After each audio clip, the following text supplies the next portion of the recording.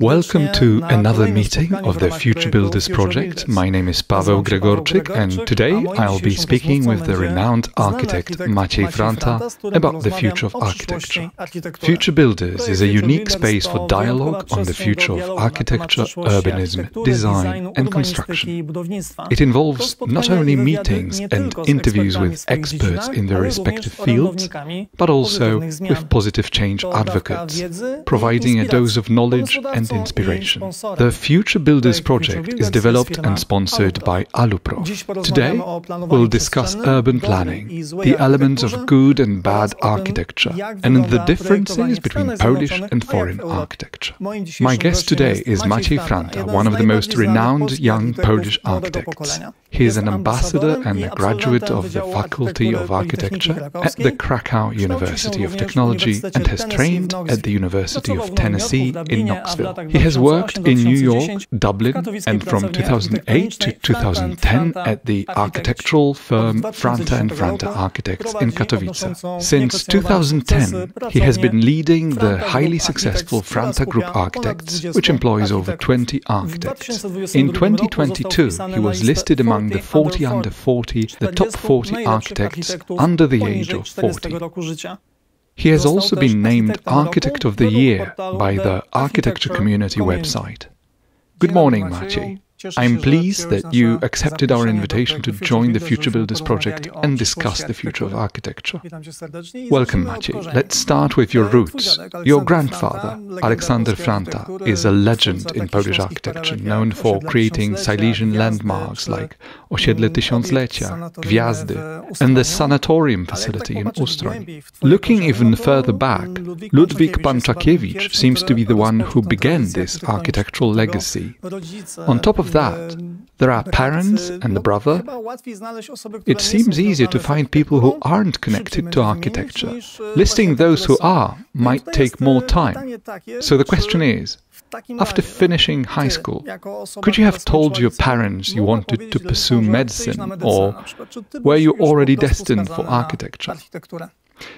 To start with, thank you. I'm happy to have the opportunity to talk to you. That's quite a question. Indeed, our multi-generational legacy is quite unique. I think it's very special. There aren't many such lineages where the profession is continued across multiple generations.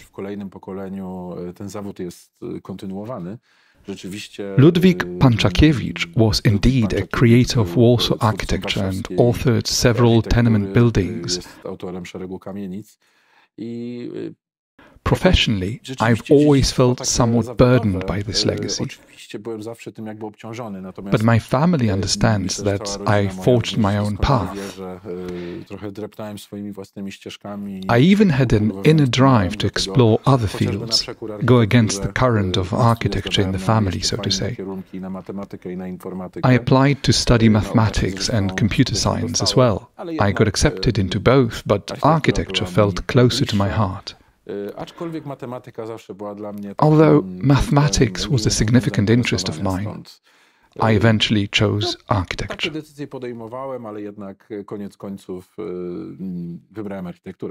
Given that you've been surrounded by architects and architecture your whole life, it's not just a job, it's a serious part of life, right?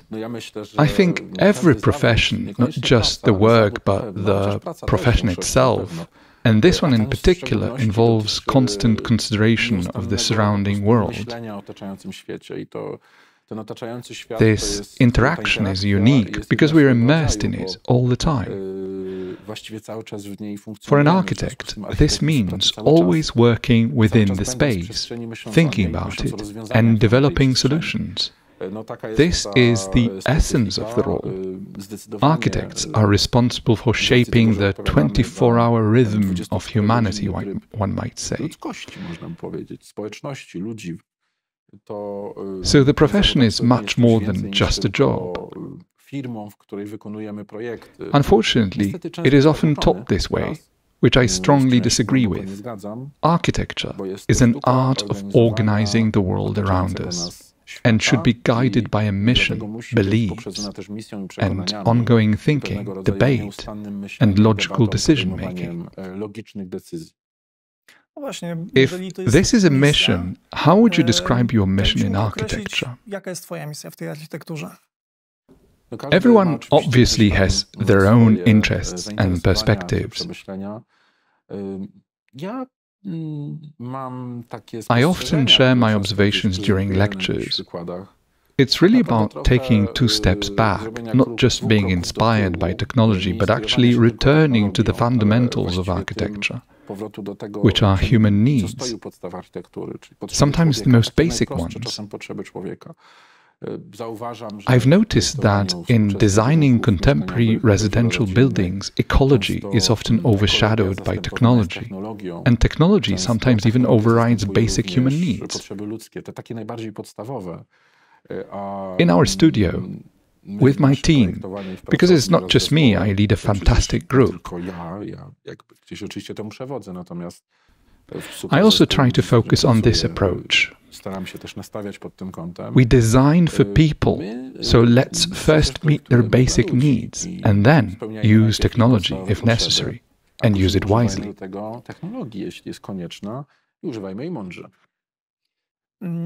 Going back to your grandfather, you often emphasize in interviews that you had a close relationship with him and that he was an important person for you. Did he have that kind of impact on you? My grandfather was quite an exceptional person.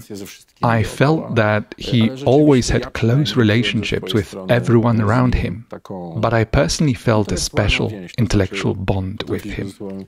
Even when I was a young boy and he was already a senior, we could have meaningful conversations, which isn't always easy in a grandchild-grandparent relationship. We could talk about a wide range of topics. We spent a lot of time together in the mountains, my brother and I, so it's not just about me, but I'm speaking from my perspective. Interestingly, I never saw this heritage as a strength in the architecture we create in the studio. I always believe that to achieve something or create interesting architecture, we need to strive on our own. This element has always been a kind of legacy for me, though not necessarily advantages. Despite what one might think, being compared to a great creator made it challenging to present something new through my own work. I have always aimed to forge my own path, and only relatively recently, about 2 years ago, did this heritage start to influence my work as a partial continuation. Just recently, we had our first opportunity to continue and develop a project created by my grandfather, specifically the Ustroń Sanatorium project, in collaboration with Robert Konieczny and KWK Promes. So it's a form of continuation, but one that is very creative and personal. Interestingly, with our contemporary projects, I don't consciously consider how my grandfather might have approached them. However, I often find that after we design something, I later look at my grandfather's projects and notice that he had done something quite similar, as if I'm catching these parallels in various details and elements. So it's difficult for me to say or assess. Perhaps someone with an outsider's perspective could make a better judgment. But one thing is certain, he definitely had a significant impact on my way of thinking. The Ustroń Sanatorium example you mentioned is a great example of how you capture a bit of the past and push it forward. How much of the past is present in this project? How much of the future?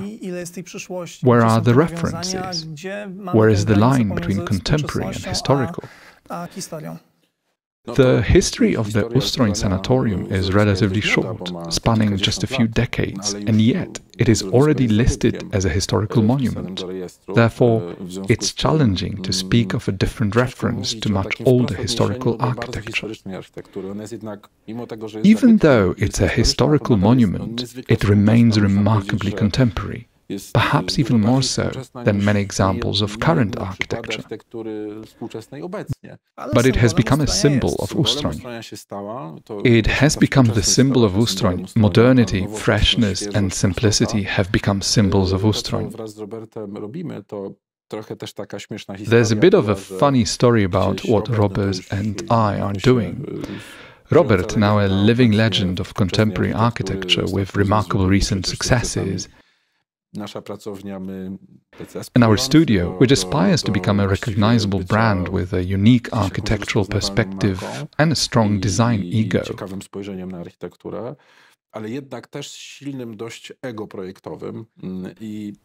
The story goes that during the conceptual phase, we spend a long time developing our own ideas and forms, aiming to create something different from what already existed. New forms that reference the existing ones in some way. Unfortunately, despite the quality of these ideas, they didn't fit with the overall complex. This experience taught us a valuable lesson, leading us to approach the project with humility. We had to reconsider our solution and align more closely with the original ideas and sketches left by the original creators. So the decision was made to recreate essentially the same forms, but in a completely modernized, new and slightly different version. We based this on the same principles, but shaped it in a more contemporary and simplified manner. This approach allowed us to address the deterioration caused by encroaching development that didn't fit the surroundings, and we've been working to restore the original impact of the sanatorium. As I understand it, the classical style has become too embedded in the consciousness to simply change, correct? I believe there is no need for change. If something was interesting and striking when it was created, it remained so, and over time it has become an integral part of Ustroń's history. A film about Zawodzie made in 2017 and awarded at international festivals marked a new era, or perhaps not a new era, but rather a new chapter for Ustroń.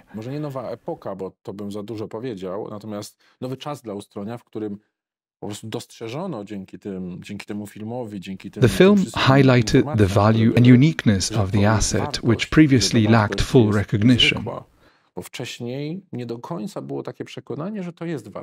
Working closely with the conservator, we aimed to have this complex listed in the Register of Monuments to preserve its value.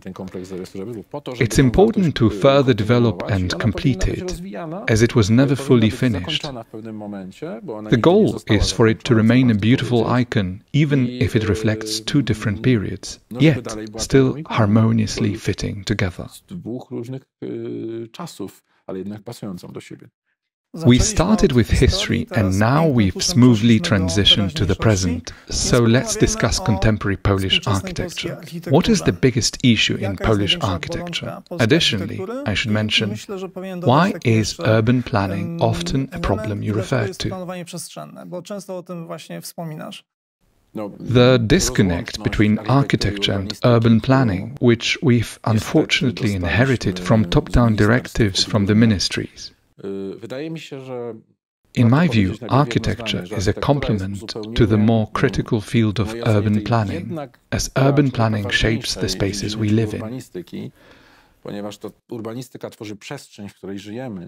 While architecture can be better or worse and significantly impacts these spaces, its quality doesn't affect our living conditions and functionality in cities as much as poor urban planning does. Therefore, urban planning should be the primary focus, with good urban planning paving the way for the best architecture to emerge. The field I studied was called architecture and urban planning, not just architecture.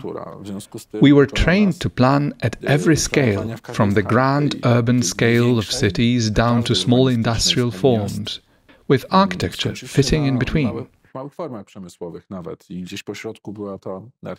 However, the biggest issue isn't just technical spatial planning, as we have planning departments that handle local plans, various legal acts, developer regulations, building conditions, enforcement and permits.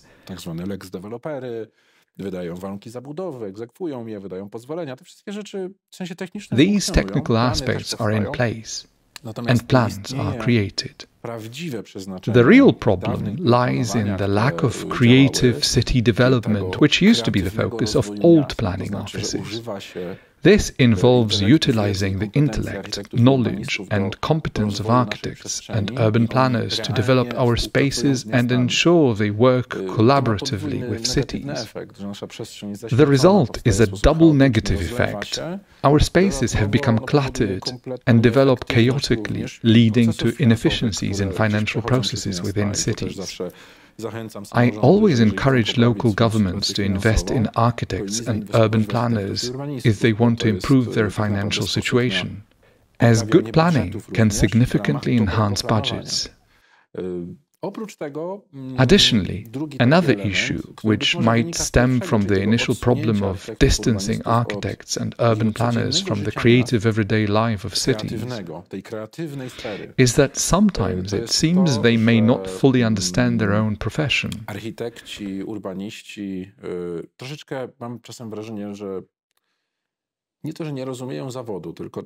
In conversations, it often comes up that when asked what an architect does, the answer is simply designing buildings.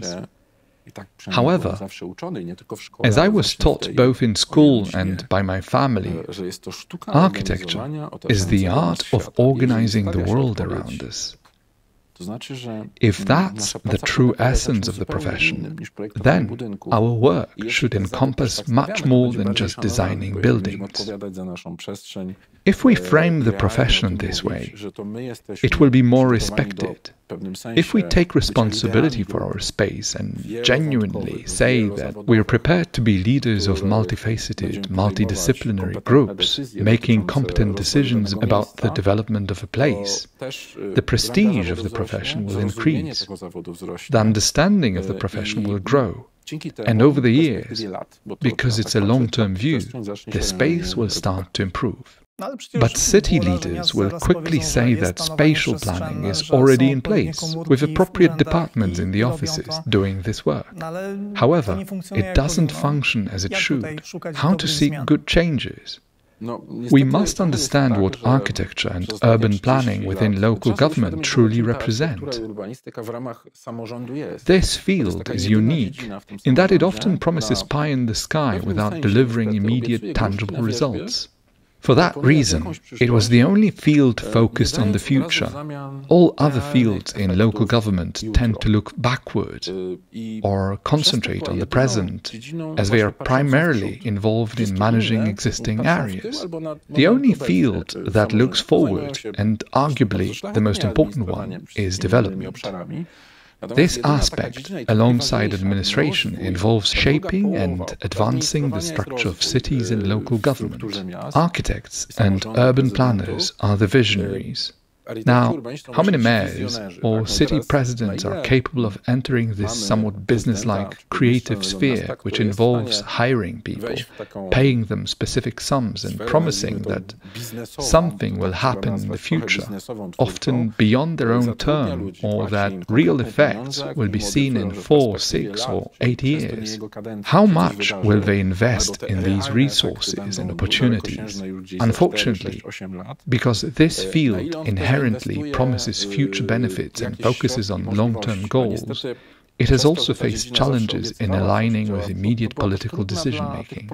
Oh, why do we need them when we can build a sidewalk for someone, etc.? 4-year-olds, 8-year-olds, as long as the term lasts, right? Exactly.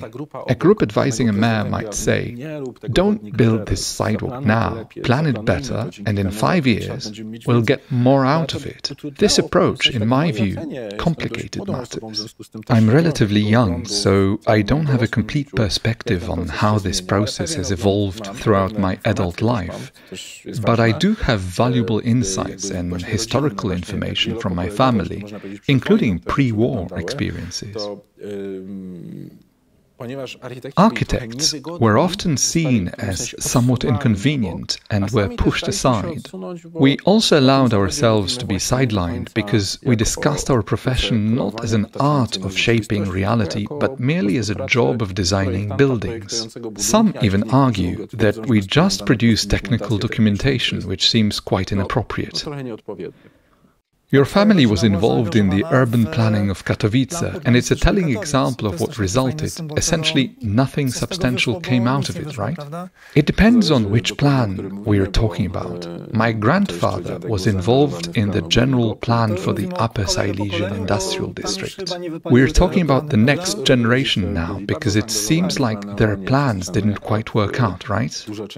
My parents were deeply involved in spatial planning, with a significant portion of their work focusing more on urban planning than on direct architectural design. They frequently fought for good solutions, and I know how much strain, stress and frustration it caused them to push through proposals that wouldn't benefit the city, often in opposition to politicians or local businesses with specific agendas for particular locations.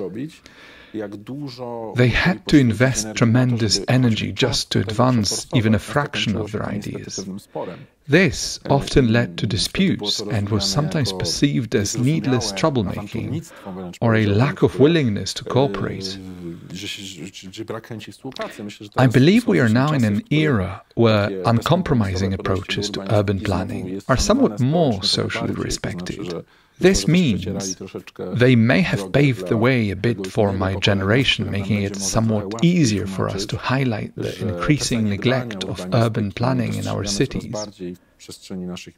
We observe development and new investments, but we also see a significant mess in these cities, which is growing rather than shrinking. This issue applies to virtually all Polish cities. Of course, there are exceptions where things are better, but overall, the level remains weak.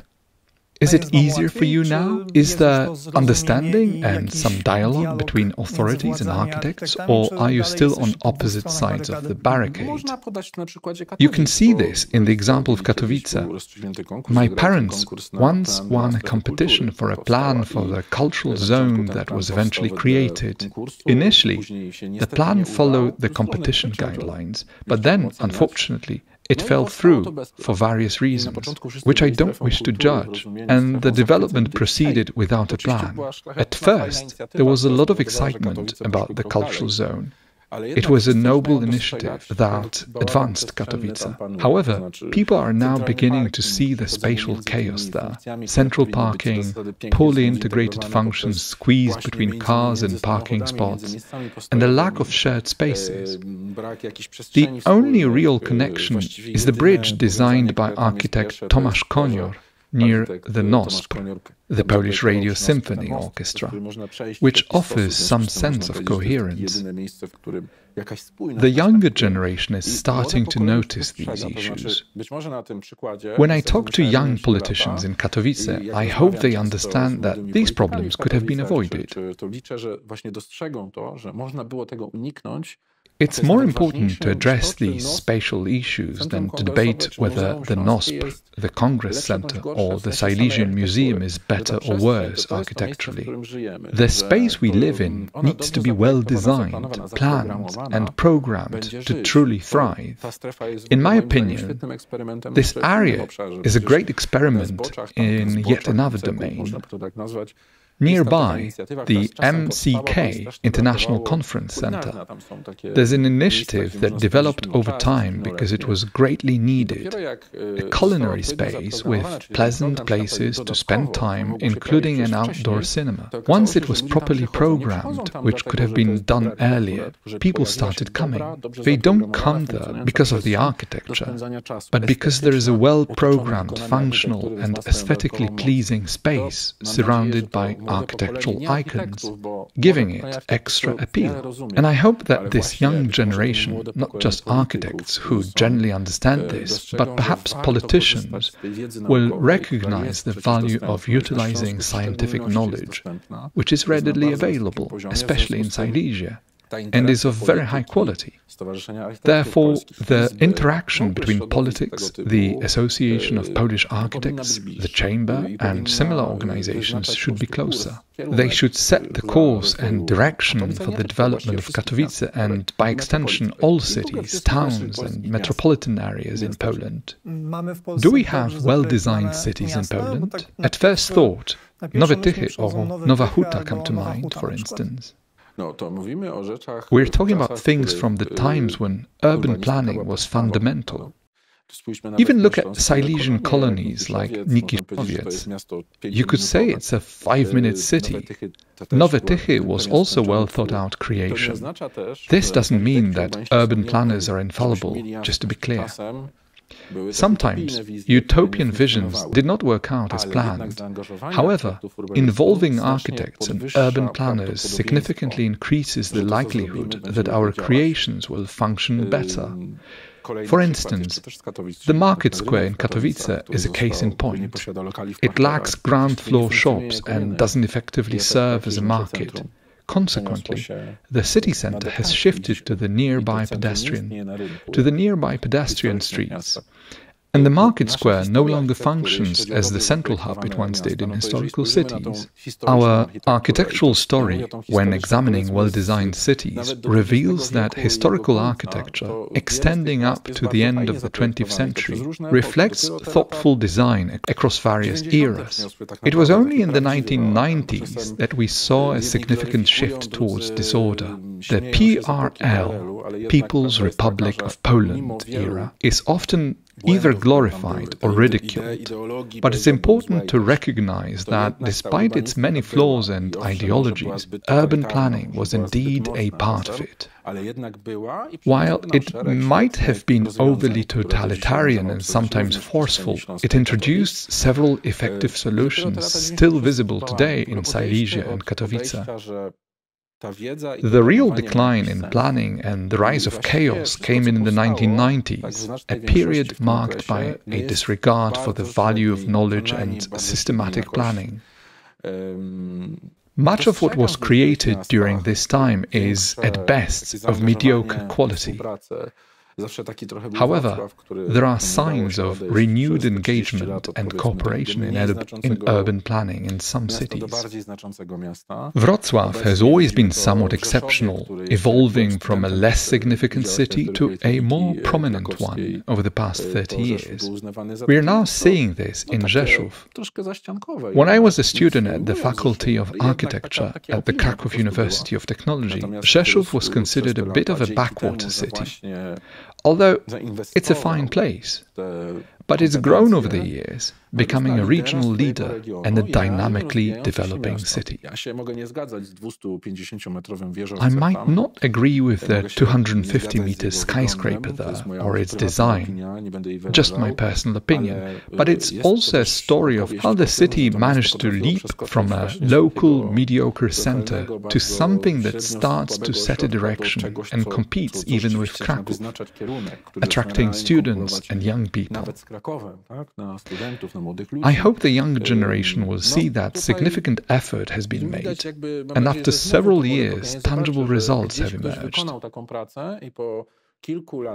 Stronger cities could benefit even more from this kind of development.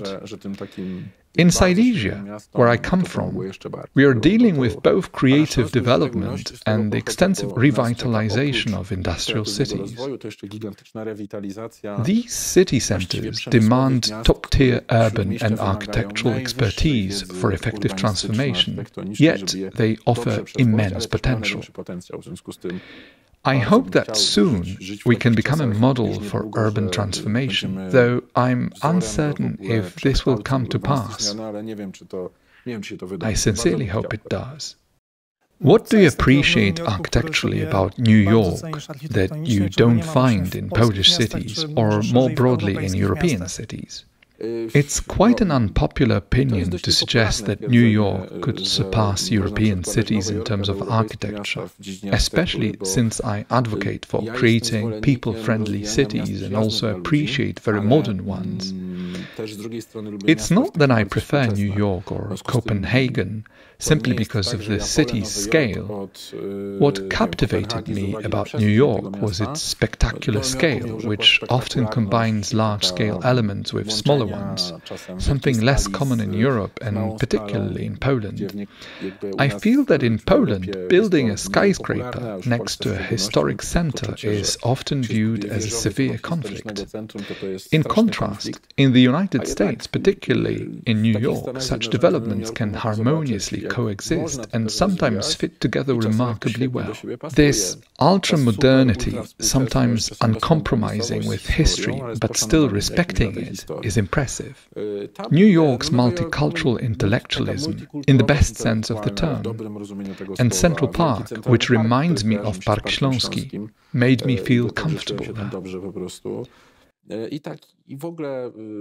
I've always noticed a certain openness to development in the US, along with ease and a recognition of talent.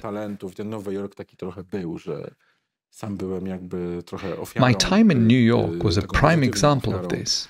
I was fortunate to land an incredible internship and work at Rockefeller Center in a large studio, which was a fantastic experience.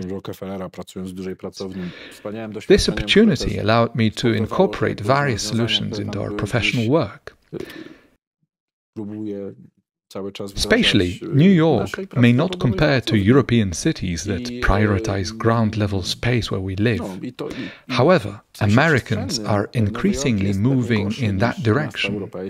Times Square, for instance, has been redeveloped into a more pedestrian-friendly area. If New York, with its impressive scale, begins to focus on enhancing its lower-level spaces, it could rival European cities. Its wide streets have the potential for transformation with greenery, bike paths, and linear parks. I envision Central Park extending along these avenues, which would be wonderful. For me, New York also evokes a sense of nostalgia, much like Kraków does. I spent about 7-8 years of my life there, and while it may not be my ideal place to live, I hold a deep fondness, respect, and beautiful memories from both the past and more recent times. I cherish this sentiment and appreciate it greatly. You mentioned gaining professional experience in the United States. Those were probably some of your first experiences after graduating, so I'd like to discuss the biggest differences in the approach to architecture and design between the Atlantic and the old continent. I'd start by addressing not the approach to design, but rather architectural education, which I find quite interesting. During the scholarship semester at the University of Tennessee in Knoxville, I encountered a teaching approach that was more advanced in its openness to diverse forms of learning. The curriculum went beyond architecture or drawing to include film, graphic design, and critical discussions about architecture. This comprehensive approach trained architects in ways that Polish universities often do not, but which are extremely important. To be an effective architect, one must also be able to articulate and defend their ideas, engage in discussions, and learn from their mistakes. In the US, the emphasis on presentation skills was striking. You could present a concept with nothing but a blank sheet and still be expected to convey your ideas effectively, contrary to Polish universities. And that was the real revelation. It was wonderful. Initially, I felt like I was part of some sort of performance, but then, an American colleague presented his project. What struck me was that this wasn't just about drawing. It was about the ability to think through a topic and articulate it in just a few sentences. The presentation was a different stage altogether. It was interesting because it taught me that in architecture, the process often involves thinking through ideas while taking a shower, rather than solely sitting with a pencil and paper, a stereotype often portrayed in films. The essence of architecture lies in how to solve a given problem, and much of the creative process occurs through thoughtful consideration rather than just sketching. In general, the quality of architecture and design in the US tends to be lower compared to Europe. European projects are often more architecturally refined. While the US draws heavily from European architecture, it has begun to utilize that intellectual potential more effectively. I believe we are witnessing a transition from a focus on brutalist approaches to increasingly high-quality designs. If that changes in the US, we might see some of the best architecture in the world emerge. When the US commits to something, it often excels on a global scale. Moreover, architects in the US enjoy much higher and more proportionate salaries compared to other professions. They hold a status closer to that of lawyers, unlike in Europe and especially in Poland. I'm not specifically referring to lawyers, but to salary levels in general. In the US, architecture is highly valued, which is interesting and worth analyzing. It's worth exploring why the world's strongest country invests more in architecture. Perhaps investing in architecture contributes to building the country's economic strength. I know it does, but it's worth considering. We'll discuss the value of architecture shortly, but to stay on the topic of old continent versus the US, what do you think the US could export to Europe in terms of architectural products or ideas? And what could European architecture offer Americans as its best product?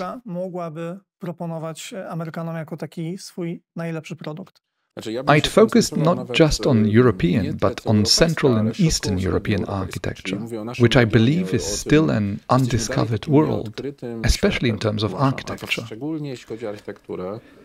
The truth is that Poland, the Czech Republic, Hungary, Slovakia, this entire region of Europe is often overlooked in global architectural discussions.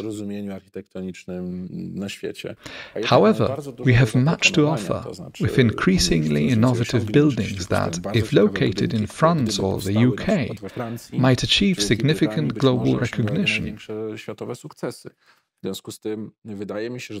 What we bring to the table is the cultural richness of our architectural and design skills that are still relatively unexplored and fresh.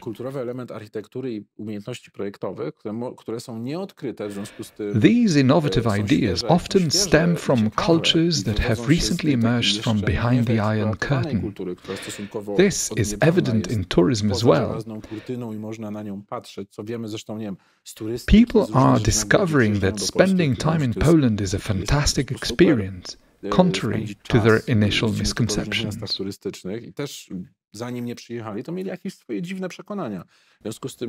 So I would encourage anyone who might be listening to draw on the fresh perspectives from architects in our region, from Poland, because we can offer something different from what has already been seen in France, the UK, Germany, that's for sure. In terms of what the United States could offer us, excellent knowledge and management systems stand out. While corporate management structures are often ridiculed, my experience working at Gensler showed their real value. Before starting a project, I spent a month learning their operational system, which initially seemed abstract and unnecessary. However, I soon realized it was one of the best educations I had received. The system was meticulously organized, with several global offices operating around the clock, ensuring that projects progressed seamlessly as one day ended and another began. This integrated approach made every newcomer aware of how to function within the entire structure. Although management systems might seem like a waste of money, like having a process manager instead of additional draftsmen, it turns out there's a reason these systems were invented, implemented, and have led to such achievements. I would like to learn much more and also improve our management structure, because this will enhance creativity, and that's the most important thing. It will give us more time for creativity, freeing the intellectual capacities of creative people from those burdens. And that's why we are trying to implement this in our studio. And I must say that I am largely relieved from certain tasks and can engage more creatively without worrying about how things work below. I wanted to touch on the value of architecture in the context of some of your development projects. It's interesting to discuss this, because these are examples where the developer didn't just go for cost saving, but invested in architecture, seeing it as an added value in development projects, right?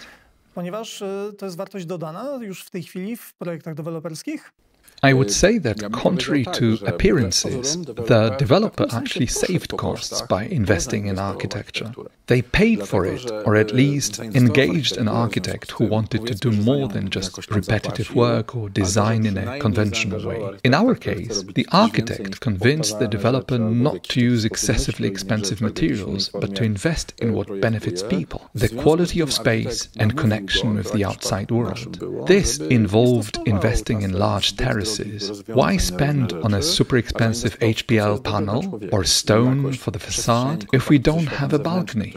It doesn't improve our quality of life. The investment was in large terraces, better windows, and improved room lighting, because access to light, air, and external space is what truly enhances our quality of life. It might sound a bit banal, but there's a reason for that. While 98% of developers opt for more expensive facade materials and micro balconies that no one wants to use because they're too cramped, or even if they're a bit larger, they're still not as usable as a living room. We focus on the idea that the quality of life in an apartment is significantly impacted by the quality of the external space. That's why we design terraces and balconies to be as large as rooms, essentially creating outdoor living spaces. We have a winter internal living room and a summer outdoor living room.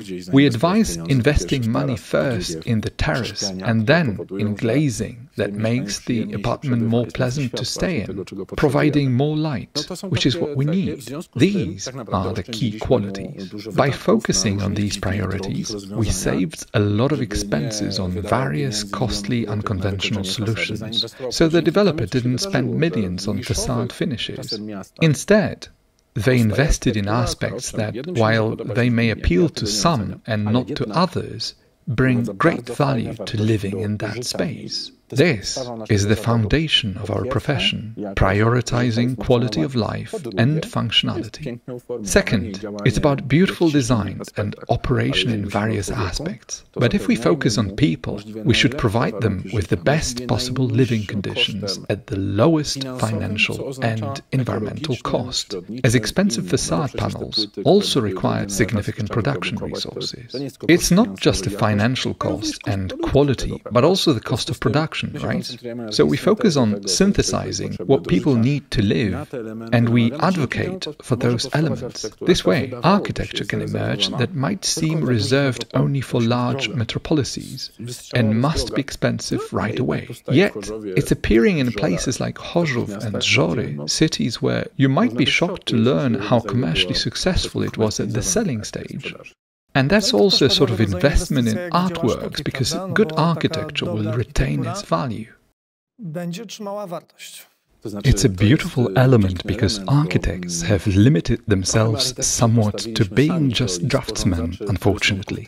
I don't blame the environment, it's just how it happened, but we should move away from that as quickly as possible and encourage clients not to pay us just for projects, but to educate investors, showing them how they can create very good buildings using architecture that are not necessarily expensive, but offer interesting quality of life, which also allows them to sell at a higher price.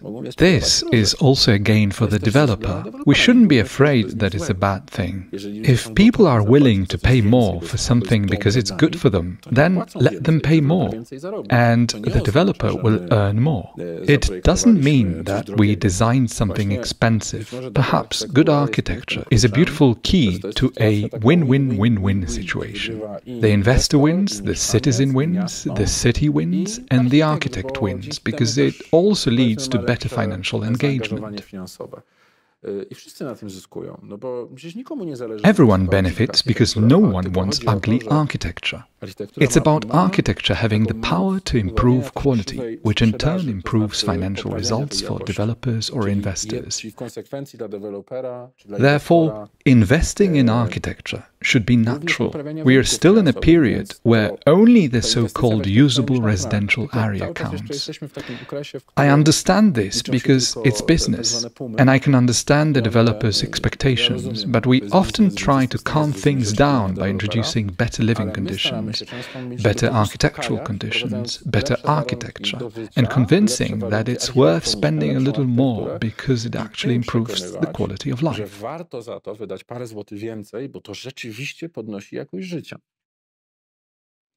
At the end, I wanted to talk about education because I have the impression that throughout our conversation you strongly emphasize the importance of education in architecture. You're also the initiator of the architectural class in one of Chorzów's high schools. How will young architects come to deal with modernity? Can artificial intelligence be a competition for them? How will they function in future architecture? Well, I hold a somewhat politically incorrect opinion. I'm glad that artificial intelligence will take over some aspects of our profession because it will push us to think more creatively. If a studio doesn't fully engage in the profession, if an architect merely produces documentation at the developer's behest without introducing interesting values or creating anything new, simply replicating existing designs and acting against societal and urban development, then the approach is detrimental to the profession.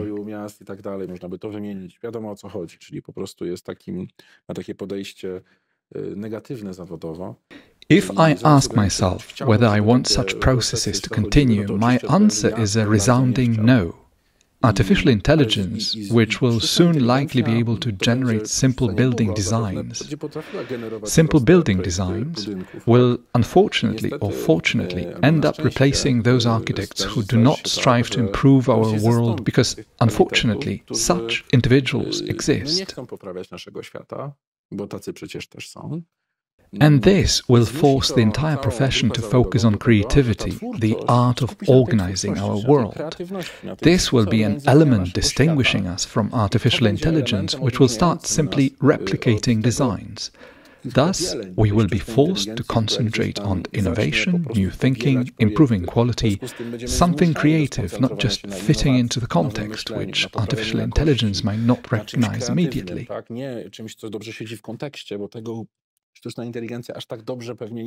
It will likely do so over time, so we will need to continually raise the bar.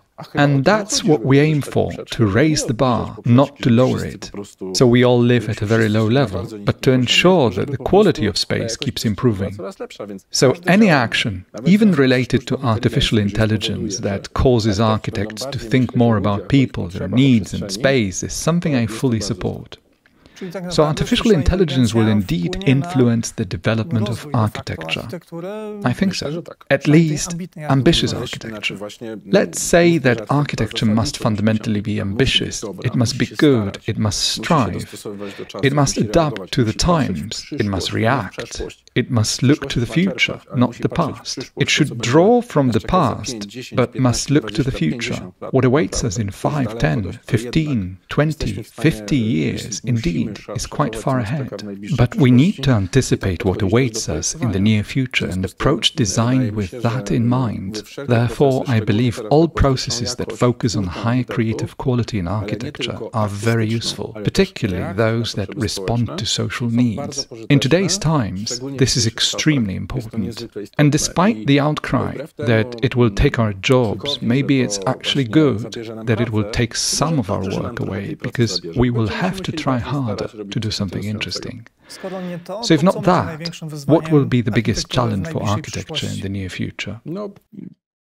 I think adapting to climate change and trying to return to good practices, which we know to some extent but don't apply. I also think artificial intelligence will be a huge challenge. This means that it will definitely change our profession, it will definitely change our space, and it is indeed a huge challenge.